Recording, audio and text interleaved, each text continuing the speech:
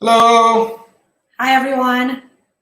we are live and we're waiting for Hayden to join us.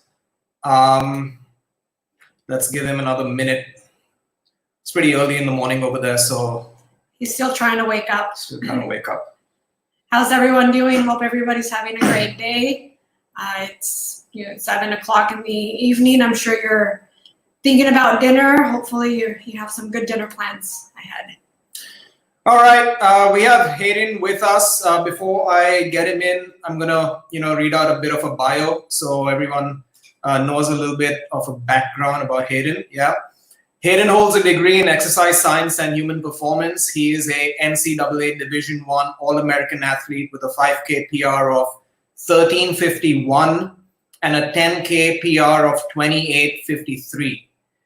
Hayden transitioned to ultras in 2016, and since then he's won many races, notably UTMB CCC, which he won in 2017 with a course record of 10 hours and 24 minutes. TNF Laboredo in 2018, wins at Saigu, which is in China, Chakanot and Broken Arrow in 2019, with a few course records in there as well. He started 2020 with a win at the Black Canyon 100K in 7 hours 55 minutes, which also got him a golden ticket for Western States. Hayden's an elite athlete for Ultra, Rabbit, Koros, Nathan, and of course Unived. He lives in Cedar City with his son Crosby and wife Ashley, who, by the way, is also an elite athlete. She recently won the USATF 50-mile championships. Hayden is also a coach. He coaches athletes, from various countries across various distances. Hayden actually coaches me as well, and I can say he's a very patient, very understanding, and a very intelligent coach. All right, so let's get Hayden in. Hey, Hello. what's up? Hey. What's up, everyone? You guys are talking about dinner there. I'm talking about breakfast, man. Yeah. What's on the menu for breakfast?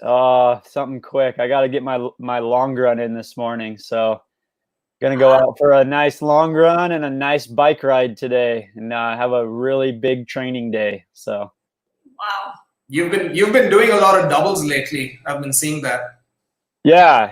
I've been jumping on the bike a lot more lately. It's just a great way to get in volume without beating up your body, and so been able to get on the bike a lot, and I've really been enjoying it too. The weather's getting perfect here. The sun's just been great and been really warm every day. So it's been nice to get on the bike and do some different routes and do some different runs as well, and just kind of have fun with that. How many times a week do you usually get on the bike?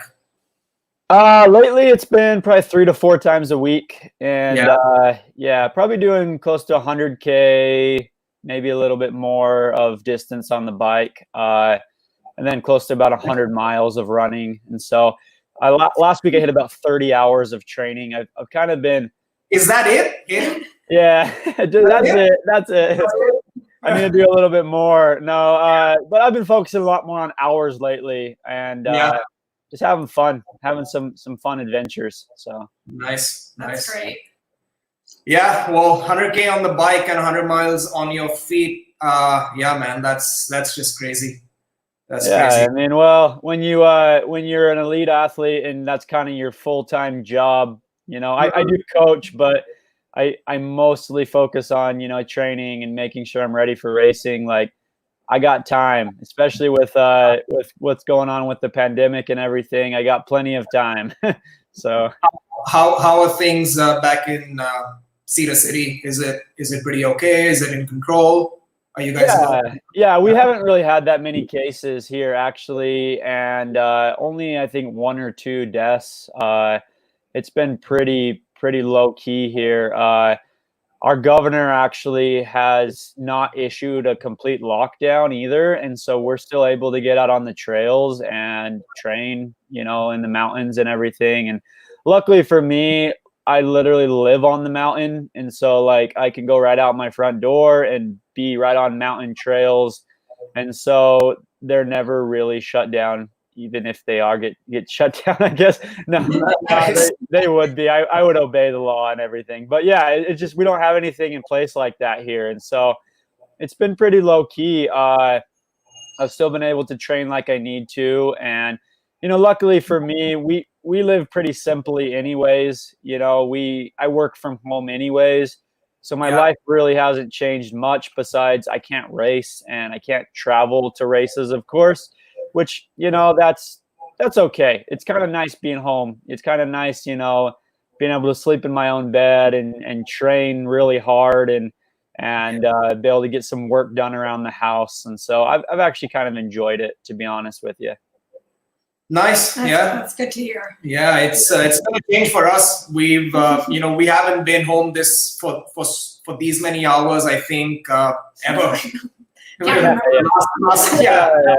I know it's not the same for everybody, and I really feel for people, out there that are not as fortunate as me. And I just feel like if we can all band together and we can all really help each other out. That's why I've kind of been posting some stuff on social media of some of my runs, not to make people jealous or anything, but to inspire people, that the mountains are still there. They're going to always be there. And when things do open up, you can get back out on them. And, just hopefully giving a little bit of hope to people that, there are places around the world where people are still running in the mountains, and hopefully those posts kind of inspire people more than put them down, hopefully. So well, you spoke about biking and running earlier, 100K and 100 miles. Of course, you've grown into this kind of volume. So if we take the years back, how long have you been running? Were you running this much in college, in school? I wasn't doing this many hours. No, I mean, this much training. No, I wasn't doing that. So I started running when I was about 15 years old. I'm 29 now, so I've been running for about 14 years. I started as a cross country and track and field athlete at my high school. I had a friend who was running cross country who invited me out. I just got cut from my baseball team. I was a baseball player growing up. So I was very athletic, growing up. I played every sport that I could possibly, play. I played soccer, I played football, I played baseball and basketball. I mean, it was all I wanted to do when I was younger was get outside, play sports, get into the mountains, hike and fish and bike with my dad. So yeah, I've always been a very active person. But I started running about 15 years old. At first, I was like, what the heck is this? Like, this isn't a sport, there's no ball involved. Like, why do people just run for fun? It's kind of like pointless, I think. But then I started growing to love it, actually. I got out there and was pushing myself and trying to become the best runner that I could, just because that's always been my mentality. If I'm going to go into something, I'm going to go 100%. I'm not gonna just go into it, halfway. And so I was like, yeah, if I'm gonna do this, I'm gonna push with the leaders, on the team, and I'm gonna try to become the best on the team. So that's what I did. And by the end of my first year of running, I was the best guy on the team, and one of the best guys in the state of Utah. And sorry, what year was this? We're still in. This was 2000. This was 14 years ago. So 2006 about, 2000. And my mileage was low back then. I mean, I was only running maybe 30, 40 miles a week, I would say. I was new to it, everything was going out 100% though, which I do not advise people to do that.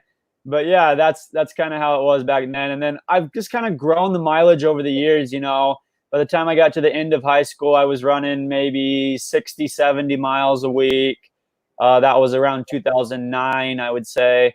And then end of college, I was running maybe 100 miles a week on average. I would say. In college, 100 miles a week, is that something pretty common in the US? Yeah, I would say now it is. The collegiate system is incredible here. I mean, it's the most competitive. Pretty much most of the collegiate athletes are almost pro, you know, like, and a lot of the collegiate athletes end up making Olympic teams. The collegiate system is really good here. And so, like, to be competitive, you have to be putting in that amount of volume, and you have to be kind of, you know, you're doing intense workouts. I mean, I'm doing 3 to 4 speed workouts on the track a week in college. You know, stuff like 400 meters, you know, where I'm only getting like 30 seconds rest in between each 400 meters. And these 400 meters, I'm running them at, you know, anywhere from 70 seconds per 400 meter all the way down to like close to 50 seconds, you know, 53, 55 seconds for 400. And then closing off with a hard mile after that at like 420 or something, you know.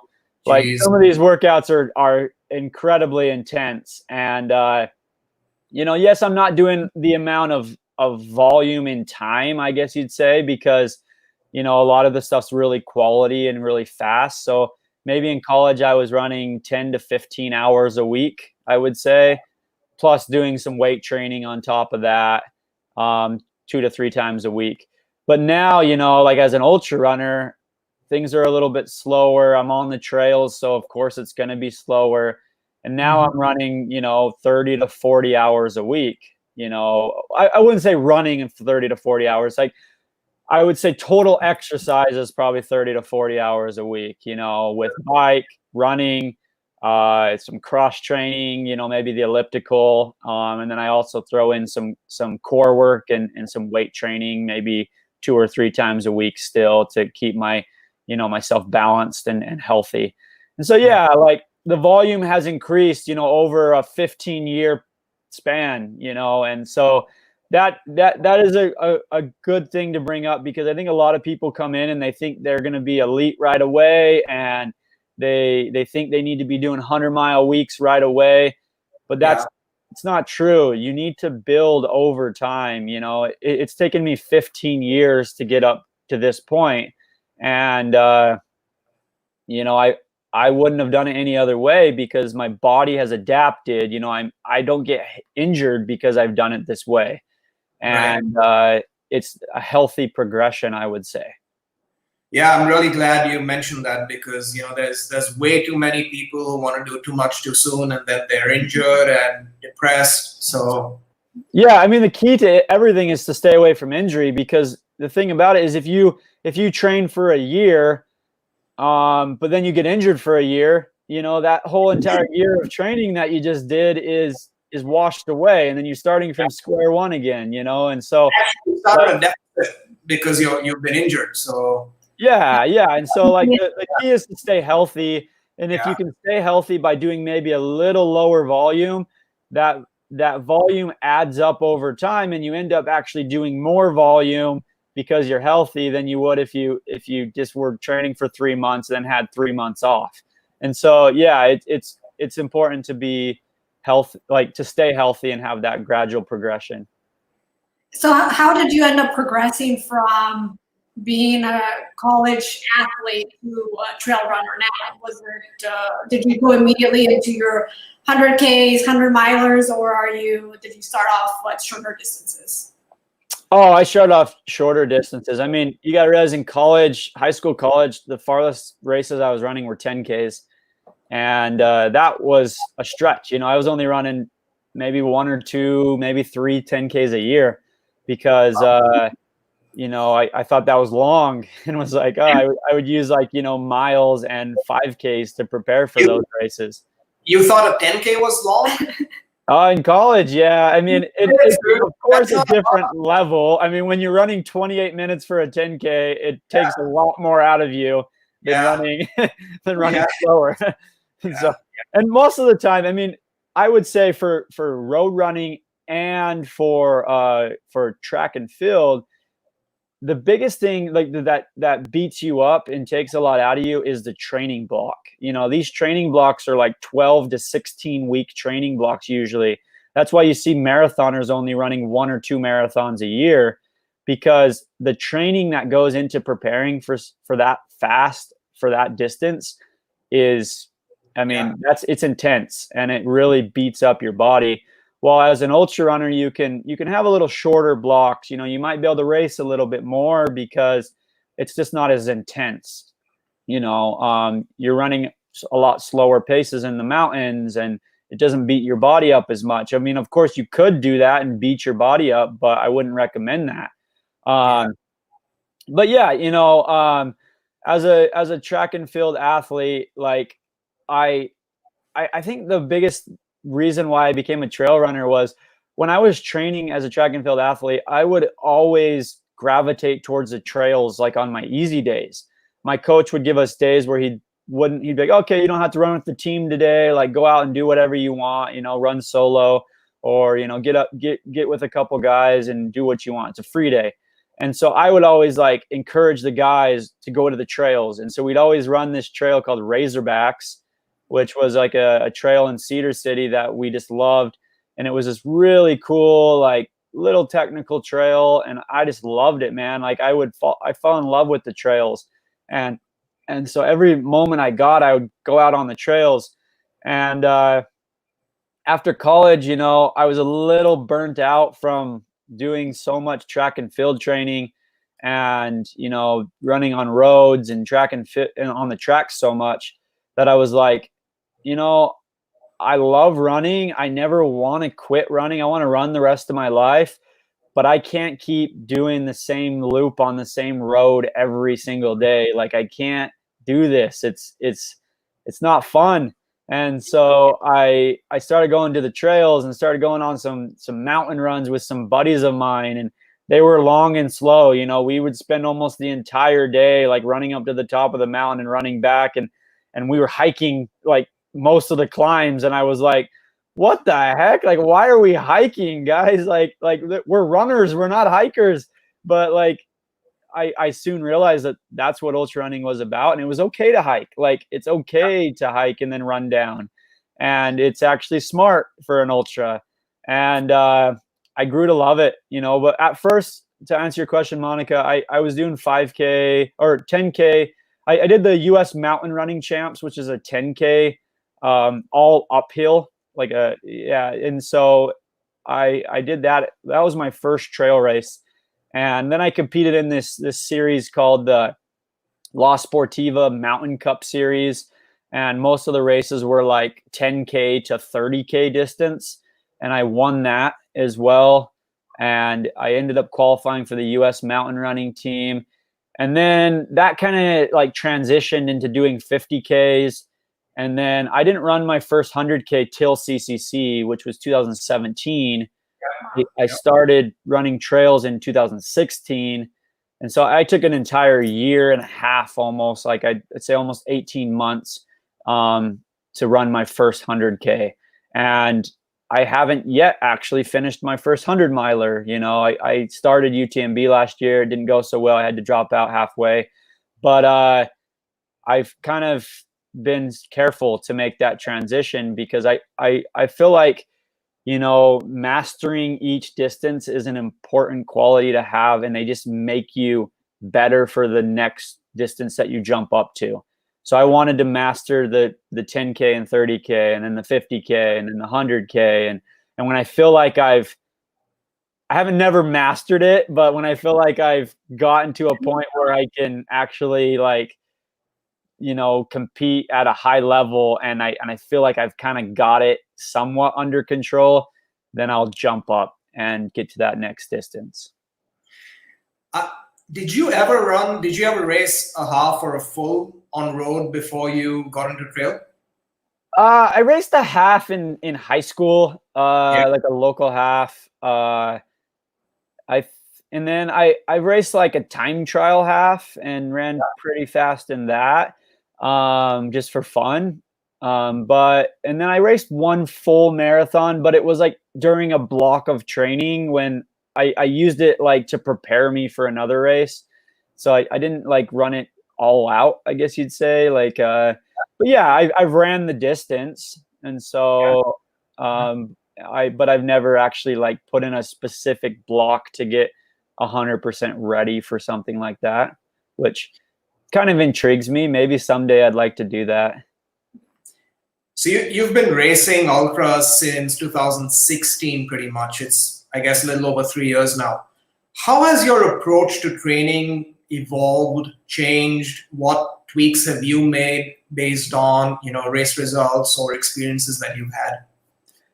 Yeah, I think the most important thing is I've matured a lot as an athlete, where I'm realizing that I can't race every single week or every other week. Like when I first got into trail running, I was so excited, and I was like, I got to go here, I got to travel here, I got to go do everything, like I want to travel the world, I want to race every weekend, like this is so much fun.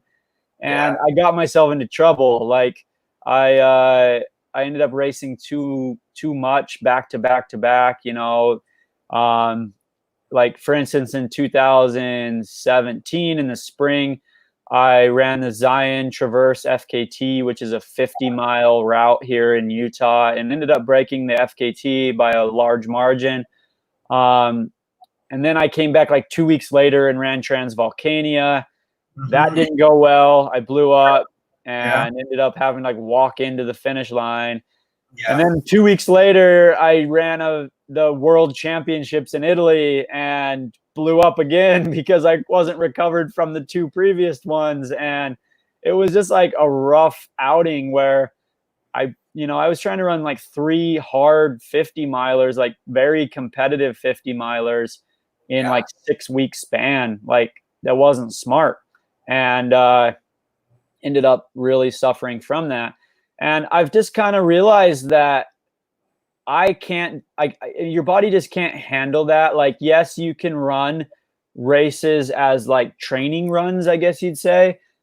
But if I'm going to compete in the hardest, most competitive races in the world and try to win them, like I can't put them back to back to back like that. And I need to have specific blocks, where I'm doing an 8 to 12 week training block specifically for that race. I'm going through the phases of training because there's phases in each block that you need to go through. And if you don't go through those phases and you don't properly train each system that you need to do, you're not going to be, I would say like, if you're not wanting to run it good and you just kind of want to finish and walk it in, yeah, maybe you could do that and it'd be okay.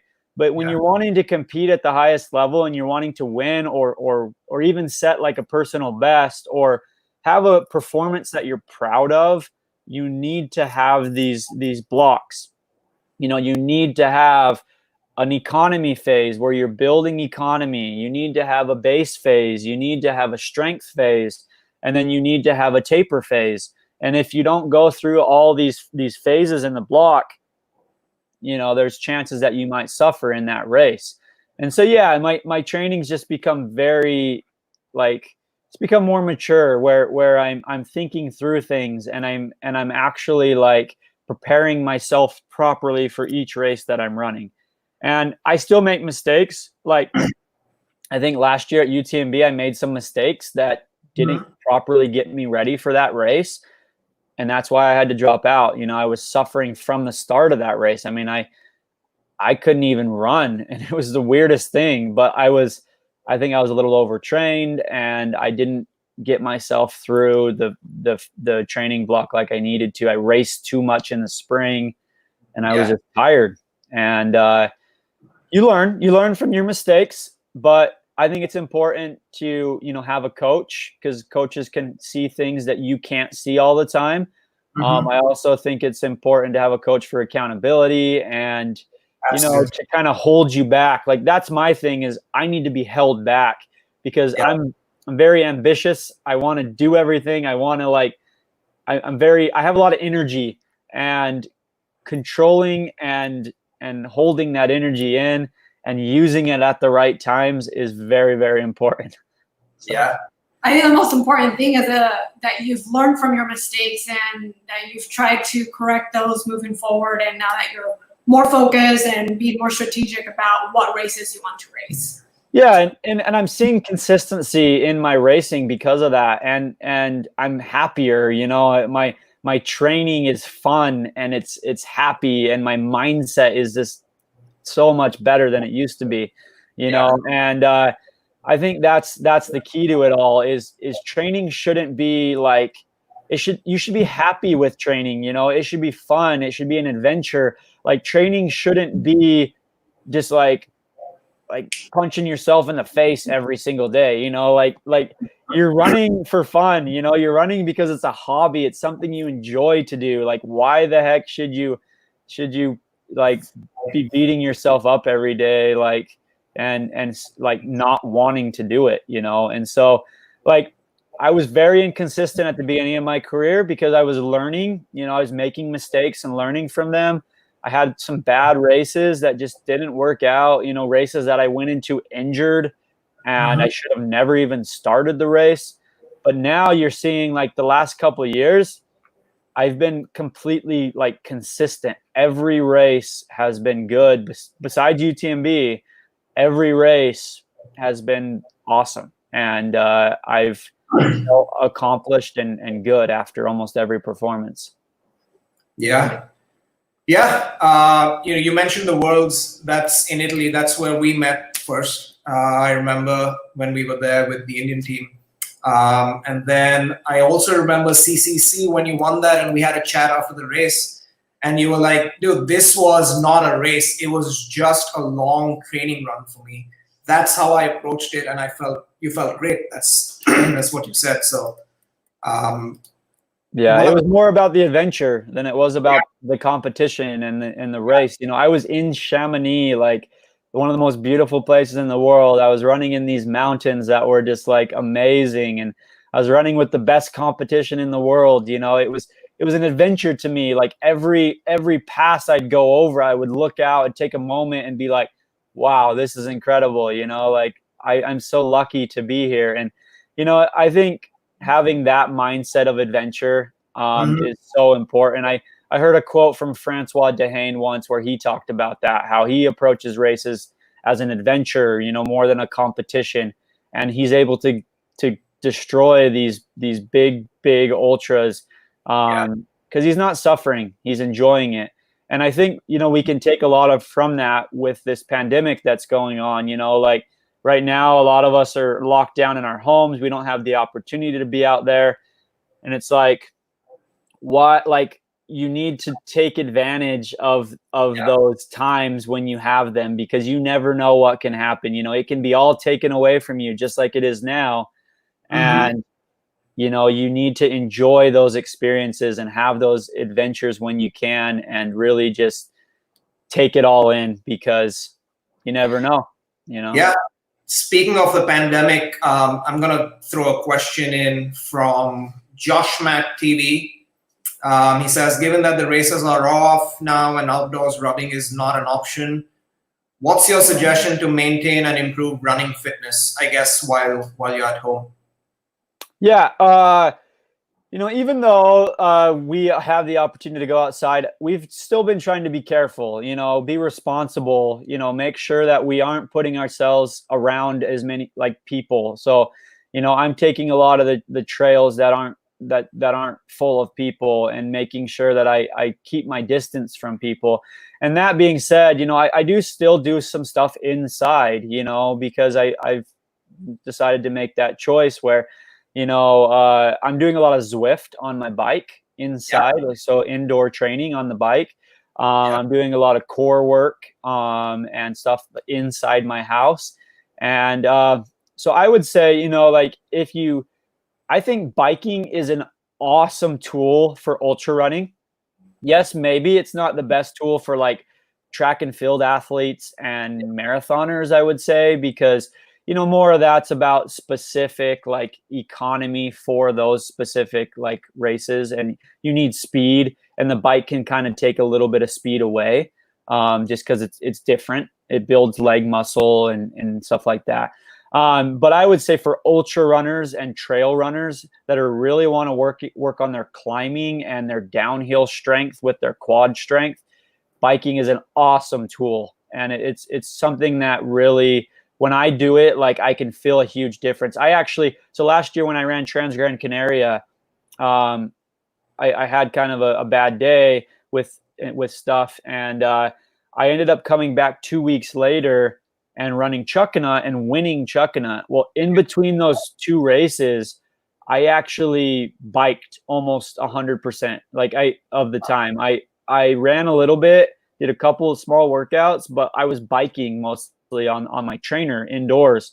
And so, yeah, you can still stay very, very fit, build fitness, and build leg strength on the bike. So if you have the opportunity to do that, I would say awesome. Also treadmill work. If you have the opportunity to use a treadmill, like that can be an awesome tool, and it will build you mentally more than anything, because it's kind of a dread sometimes to go on the treadmill. But it also builds a lot of mental character and a lot of mental strength that you can use in races. And so embrace it. If you have the opportunity to have a treadmill, embrace it.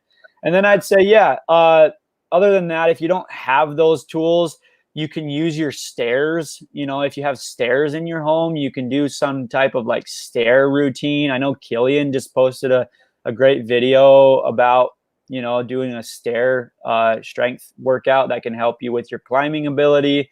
Jump rope. Actually, when I was a missionary, so I served a mission for 2 years, and I didn't run for 2 years during that period because I wasn't able to get out and run all the time. And I jumped roped almost every single day for like an hour, and that built a lot of cardio, so jump roping can help.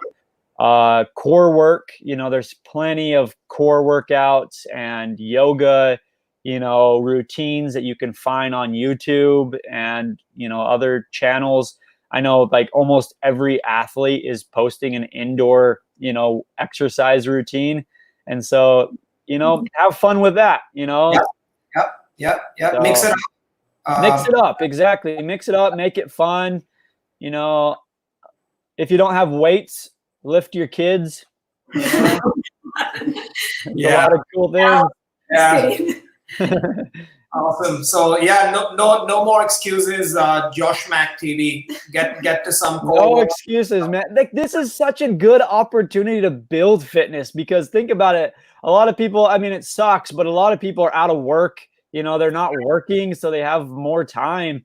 Why not utilize this time, before you have to go back to work, and build that fitness, because when things do open up, you don't want to be the one on the sideline, being like, oh, now I got to train and get fit. No, you want to be the guy that's like, man, I can sign up for anything right now. I'm so fit. I'm ready to go. Like, put me in the race, coach, and I will freaking destroy this thing.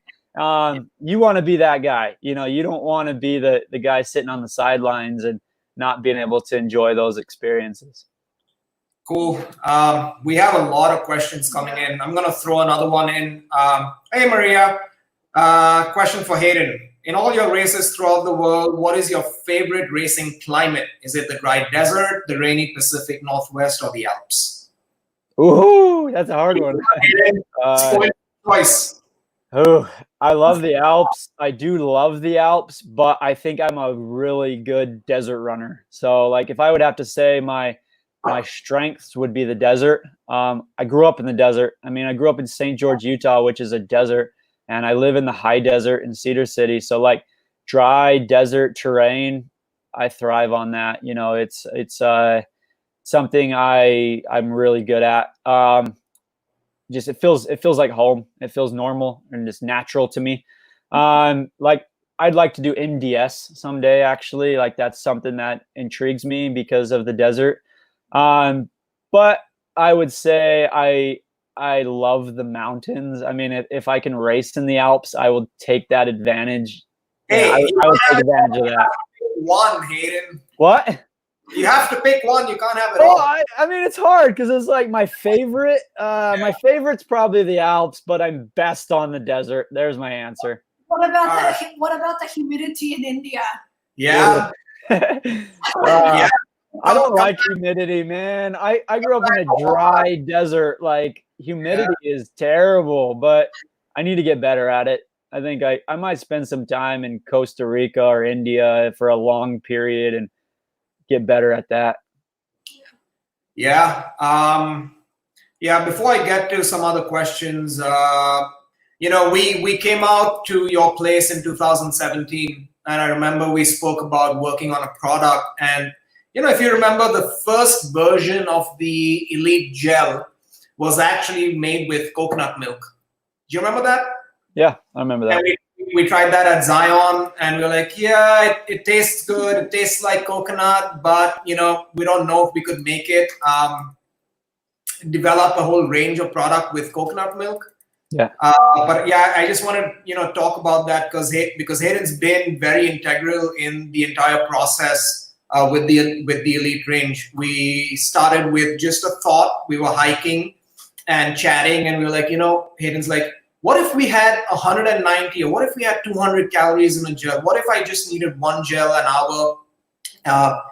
And then that's where the whole thought process began.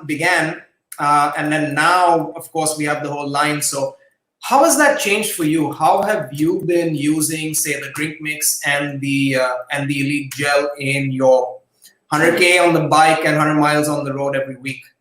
Because I know we've been chatting a lot, and you've gotten used to 380 calories an hour, and sometimes you switch it up with the regular and the Elite. So when do you use both, and how does that work for you?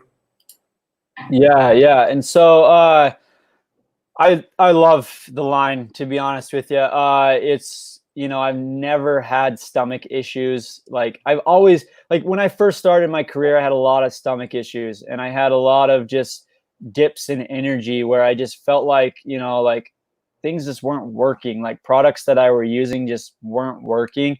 And so developing this whole thing with you, that's where it kind of all came about, was like, man, let's develop something that's just incredible, like something that is just going to like just be the ultimate like supplement that we can use for racing and for training. And so, we got together. I actually came out to India, we did some testing out there. I saw the facilities and everything, and we finally came out with this product that's just been an incredible and a game changer, really, for me and for a lot of other people. I tested it out actually at a race out there in India and was like, man, this is awesome. Like, this is going to be just a game changer. And it has been. How I use the products, I would say, so for like Black Canyon, I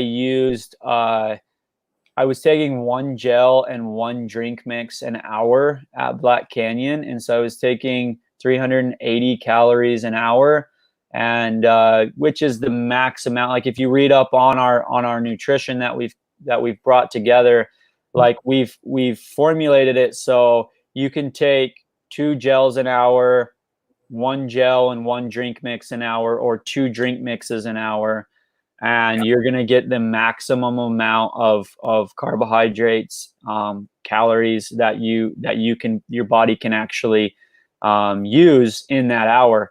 And so being able to get my body to be able to take in that has just been an incredible, I've trained a lot with it, like on my long runs, I was before Black Canyon, I was going out there and I was training with the product and making sure that my body could handle it. And I kind of had to boost up, at first I did around 190 calories an hour. So I was taking 1 gel an hour. And then I started doing like half drink mix, half water, with 1 gel an hour, and got up to maybe, 270 calories an hour. And then I got it to the point where I could take in all of it. And it was a huge difference, maker at Black Canyon, where I was able to get all that in per hour. And so, like, I'm not saying it's for everybody, but I'm saying that like being able to do 380 calories an hour, test it out, train with it, see if you can do it. If you can do it, amazing. Like, it's going to be a huge, huge thing for you. But you need to train with it. You always need to train with the things that you're going to be doing in racing. And I'm not saying every day you need to be, taking the supplement. Like if you're going out for a 30-minute run, you're probably not going to need a gel. But I kind of give the rule of thumb, like I like to say, like if you're going out for 90 minutes or more, you should be supplementing. You should be taking in some type of nutrition, and you should be doing it from the start. And so like today, I'm going out for probably about a 2.5, 3 hour run, and I'm going to be supplementing for almost the entire run. And then I'm going to do about a 3 to 4 hour bike, and I will be supplementing the entire time during the bike as well. And so I'll be probably taking, every day, I wouldn't say I'm taking 380 calories. Just on specific training days to get ready for the race, I'll do that. But today I'll probably take 200 to 270 calories an hour. So I'll be taking out, 5 or 6 gels with me, and then probably do a little mix of drink mix and water. It's good to balance that out too, making sure that you're balancing your electrolytes and your water. But yeah, it's been an incredible process to have, to test all this and to have this product come out. And I'm just grateful to have a company like Unived that actually cares about their athletes and wants to involve their athletes in the process. And they look at my mind and be like, okay, what does Hayden need, and what's Hayden what's gonna work for him? And as we've been able to put our minds together, we've really come out with a great product that I think can change people's running. And if you haven't tried it out, I would encourage you to, because it's just been an awesome thing. And it not only has the carbohydrates and calories, it has like electrolytes and other important nutritional things that you're going to need, the sodium bicarbonate and things like that are going to buffer lactic acid, and all the things that are in those gels and drink mixes have been thought out and formulated to help you achieve your best performance. Yeah, so if you've not tried the Elite line yet, Hayden's flavors are the wild watermelon, which is the drink mix, and then the cocoa fudge gel, Elite gel. So do try those out. Let us know what you think. My favorite drink mix is the wild watermelon. Me too. Wild guy. You're a wild guy, Hayden. Wild. Oh. No, but since this talk is about training for an ultramarathon, I'm gonna get another question in from Anil, and he says, to participate in 100K, how long do you have to train? How much of a weekly mileage, maybe, is that what he's asking? What should your weekly mileage be, and what workout do you prefer the most?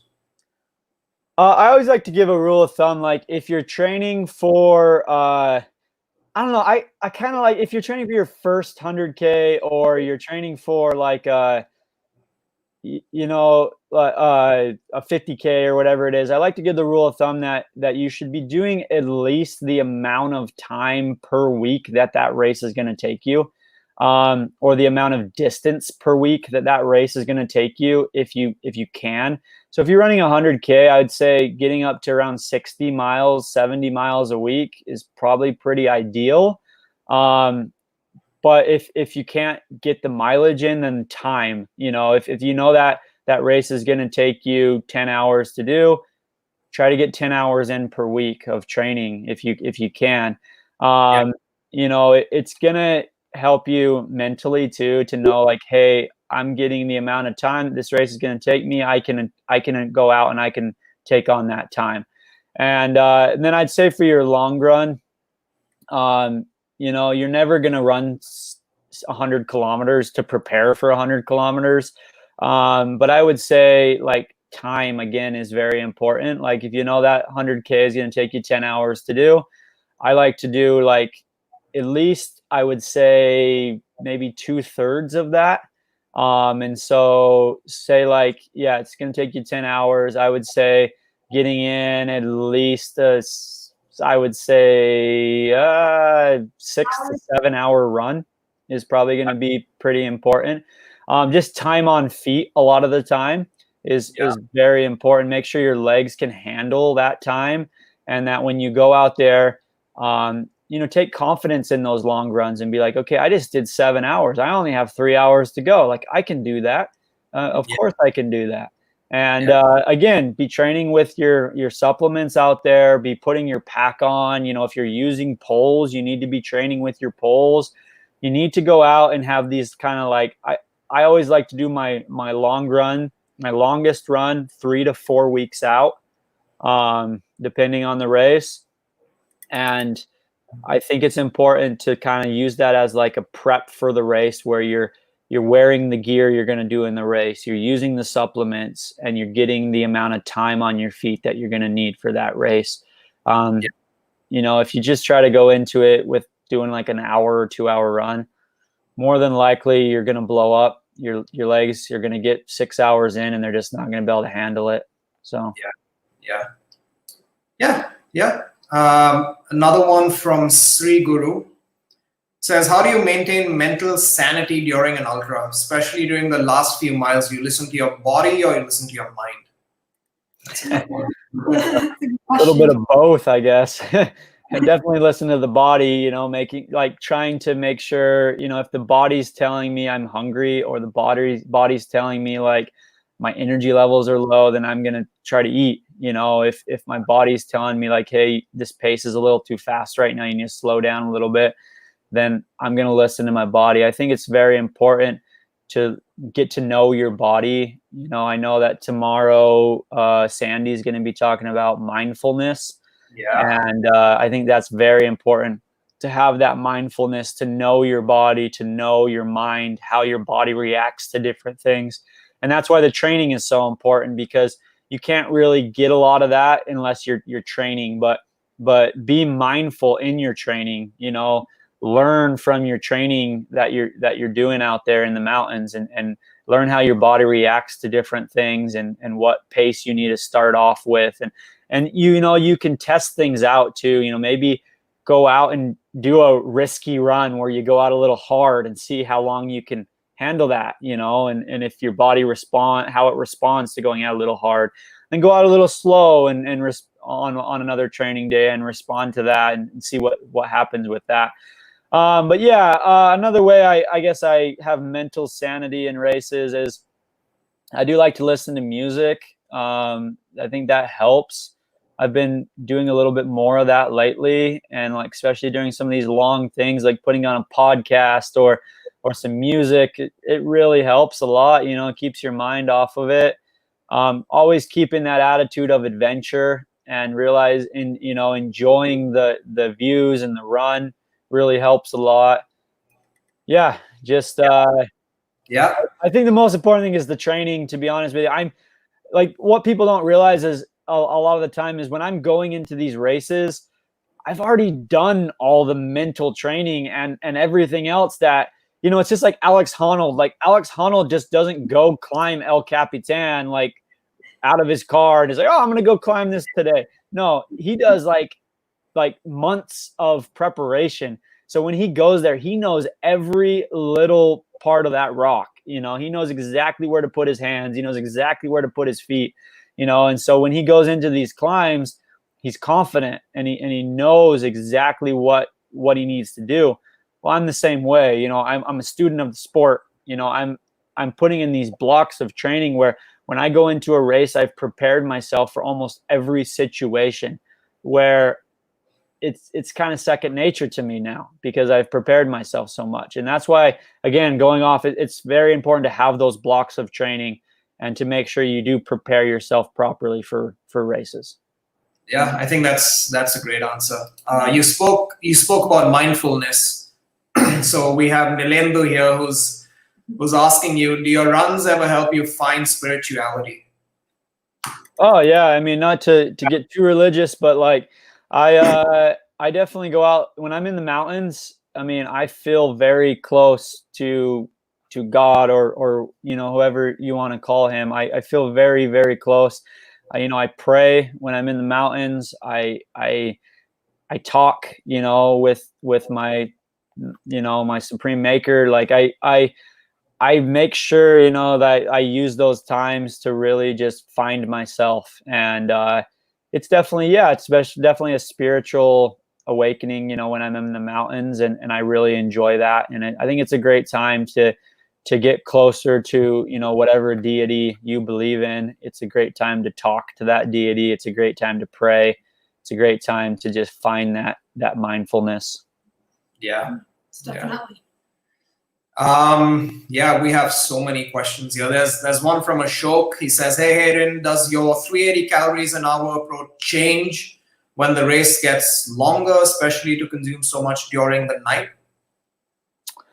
Yeah, I mean, nutrition is going to change with longer races, and I'm actually learning that more and more. Like a race like UTMB that takes 20 hours, the nutrition is going to be a lot different than the race, like a race like Western States, which only takes 14, 15 hours. When you're doing a race like Western States, you can put, I think, a little bit more sugar into your nutrition plan. You can mostly live off of like gels and drink mixes and stuff like that, and just get that quick sugar into your system.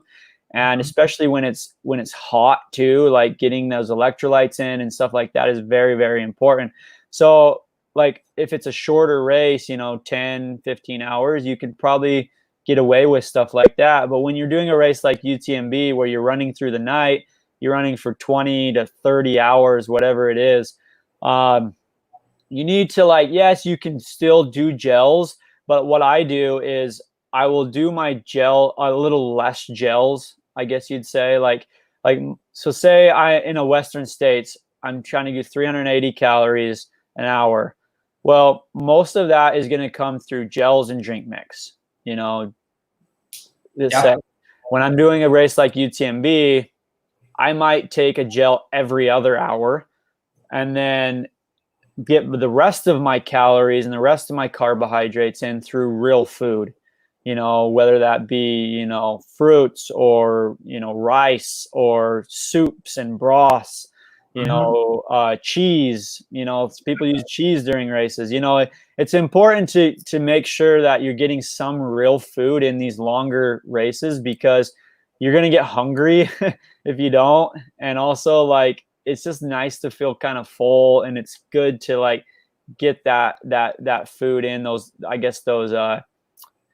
carbohydrates that are going to last a little bit longer. Those complex carbs are a good thing to get in, during a long race effort.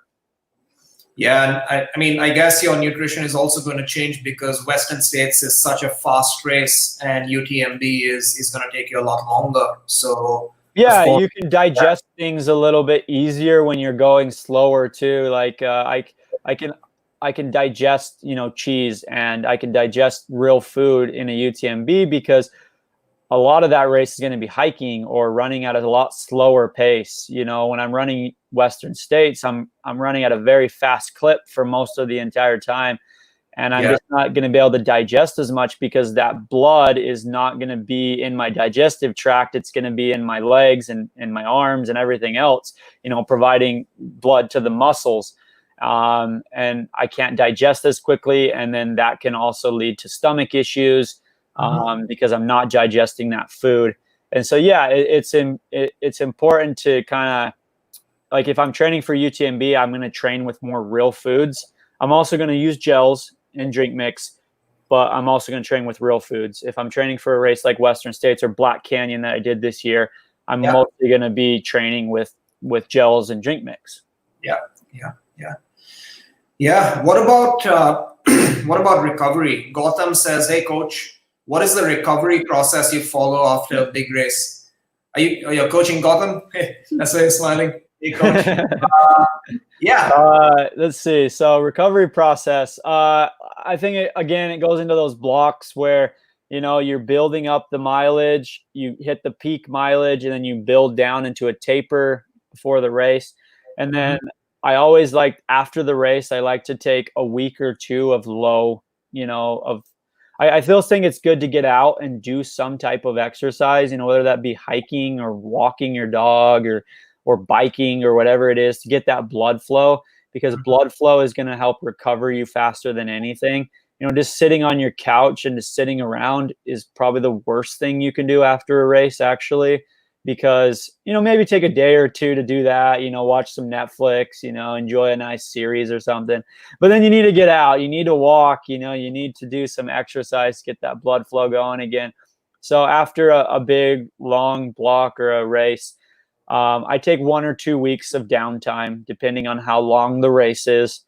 And I'll take maybe 1 or 2 days completely off and then start getting into some biking or some hiking or something like that. I also, again, not to like throw in a Unived thing here, but it is a Unived, interview. I love the recovery mix, the drink mix that Unived provides. It's very, very good for reducing inflammation after big, long races or big, long sessions. It's very, very good at replenishing those carbohydrates. That's another part of the recovery process I think is very important, is eating. I eat a ton after races. I just stuff anything I can into my body to make sure that I'm restoring my glycogen levels and making sure that I'm getting those proteins and everything I need to rebuild the muscle that I've broken down.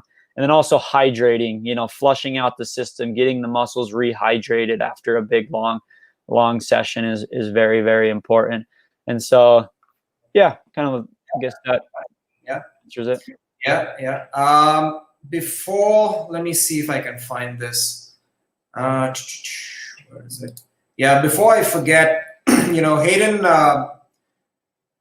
we went over to Hayden's place in 2017.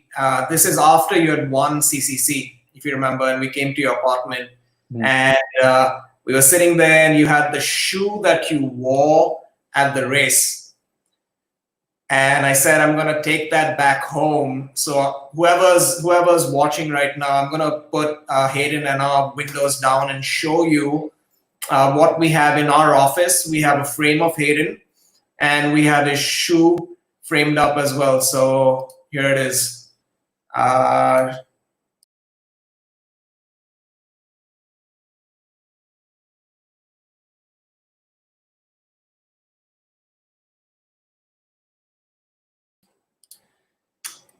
just wanted to show that to people, because that's something incredible with your course record. And one shoe is with you back in Cedar City, and one shoe is in Bombay. So you have 1 foot in each country now. That's right. Yeah. Let me see. Back to questions. What do we have? A lot of questions for you, Hayden. Share some tips to run competitive for improving performance for ultramarathons, either in the form of training or nutrition. I think we've probably covered that A little bit. a fair bit. Yeah, I think we've covered that. But yeah, Hayden, any words of advice to people who want to transition from running on the road to running on the trails, and people who want to transition to an ultra distance, maybe 50K or 50 miles? Yeah, I think the tip that I always give people is, a lot of people look at ultra runners and they think that we just run slow all the time, and we're just like in the mountains, running every day and just running lots of slow miles. If you do that, you're probably not going to do as good as you want to do. To be honest with you, you have to continue to do speed. Like if you don't keep those workouts in, that you did on the road or on the track or whatever it is, or if you don't implement some type of speed into your running diet, if you're not doing stuff to build your economy, then you're never going to reach your full potential. It's very, very important to keep workouts in, to build economy, because honestly, economy is one of the biggest things that's going to increase your performance more than anything. They've done research studies that show that you can see the greatest increases in performance from building your running economy, becoming just a very, very efficient runner. And it's the same for ultra runners. Like, you have to be efficient. You have to be able to have the economy to handle these big blocks and to handle these big distances. because you'll especially feel it at the end of races if you don't have that economy, because you'll waste so much energy at the beginning of the race that you'll get to the end and you'll just feel destroyed. And so, yeah, keep the speed up. Also, I would say, make sure you're getting your long runs and your workouts in. Those are the most important things in training blocks, I would say.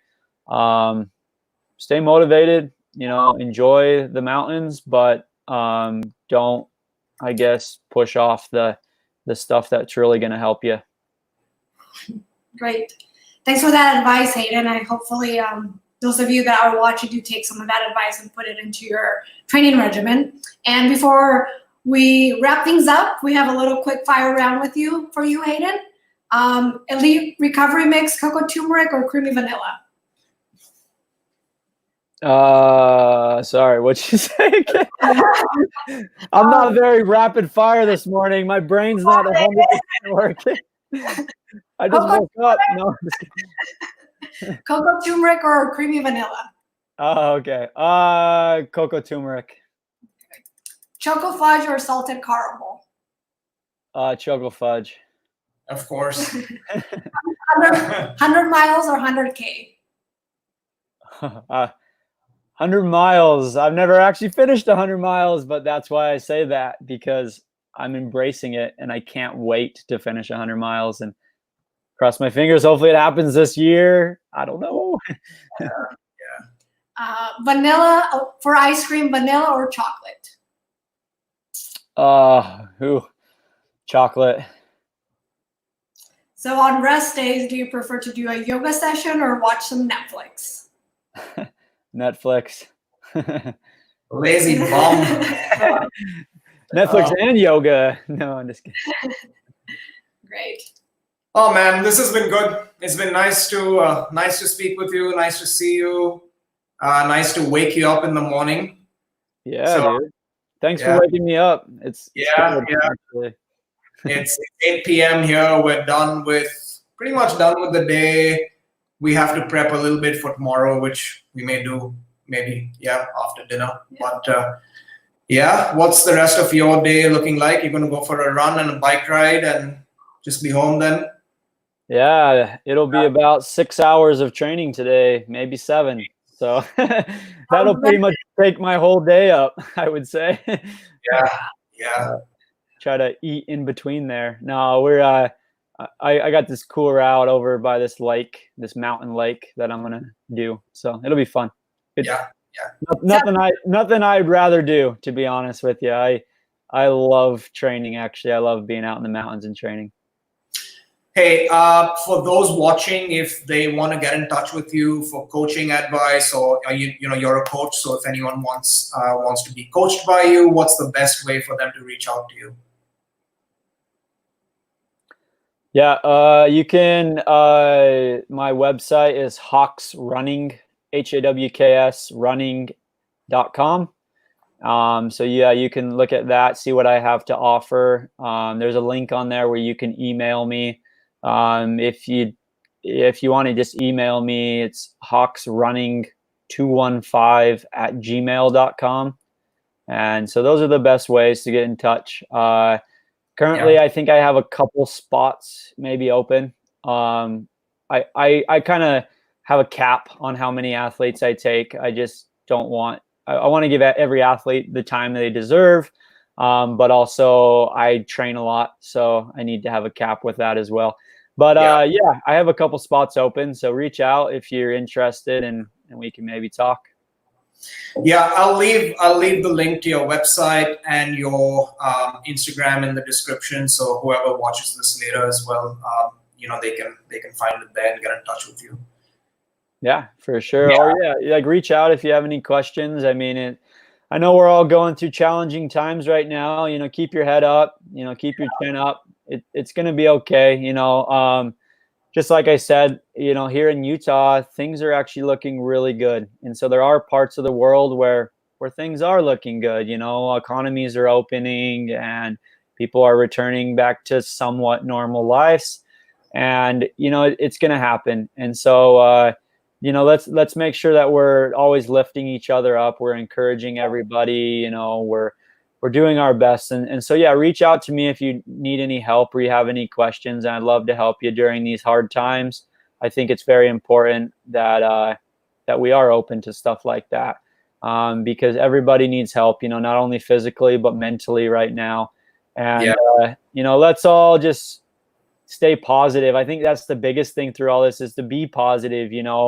Like, even though races might get canceled for the entire year, or you might not be able to travel or whatever it is for the entire year, don't think that way. Have big goals, set goals, dream big, and just be like, I'm going to prepare myself the best I can for UTMB. Even though UTMB might not happen, I'm going to prepare myself the best I can, and I'm going to act like it is happening. And really put that positive energy into that, because I think that's important during this time.